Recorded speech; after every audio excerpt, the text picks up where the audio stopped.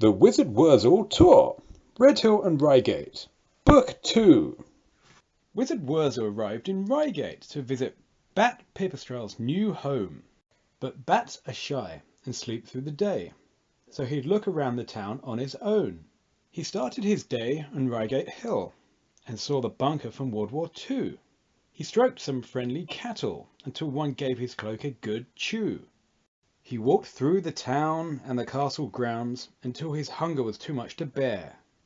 Then he bought a picnic from M&S and went to Priory Park to eat it there. He made some friends at the play area, but soon gave them goodbye waves. The sun was setting, so he had to go to see his friend in Reigate Caves. The pipistrelle bat is a common bat, the most frequently seen in England. But bats have squeaks instead of names, so Bat Pipistrelle is how he likes to be mentioned. Said Wizard Werzal to Bat Pipistrelle, "Thank you so much for inviting me." Said Bat Pipistrelle to Wizard Werzal, "Well, I have this problem, you see. Although us bats should sleep in the day, we have a club in the giant oak, where we dance and listen to music under the safety of an invisible cloak. I used to live in Redhill in the old cinema with the other bats, but people have been knocking it down to turn it into flats. I moved to Reigate in such a hurry that I accidentally left behind my invisible cape that cannot be seen, but the rats are trying to find." Said Wizard Werzal to Bat Pipistrelle, "Shall I go and get it for you?" Said Bat Pipistrelle to Wizard Werzal, "Yes, please, but I must warn you. King Rat will stop at nothing to find my cape and be invisible, so he can eat wherever he chooses, getting fatter and roaming Redhill." So Wizard Werzal dashed to Redhill, past the Belfry and the Harlequin. He saw a street magician and accidentally fell in a bin.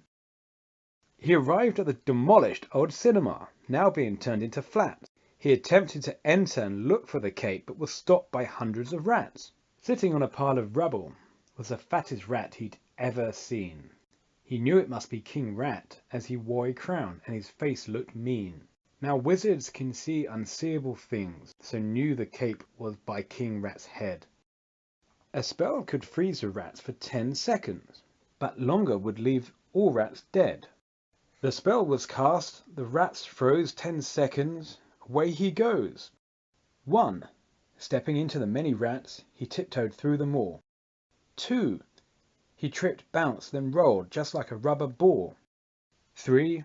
He stopped by the pile of rubble where the mean King Rat sat. 4. He made faces at the frozen king for upsetting his friend the bat. 5. Werzal grabbed the cape and walked back rather pleased. 6. And he tiptoed back through the rats and let out an almighty sneeze. 7. Frozen rats flew everywhere. He saw a baby had flown from his mum. 8. Werzal put them back together, then really had to run. 9. Leaping over little rats and bidding them farewell. 10.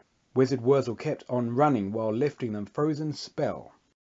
Bat Pipistrelle was so happy when Werzal returned with the cloak. He gave him the ticket to Guildford's Spectrum to skate with the ice fairy folk.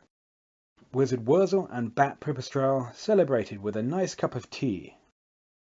Then Werzal was off for another adventure, and Guildford would be his next journey.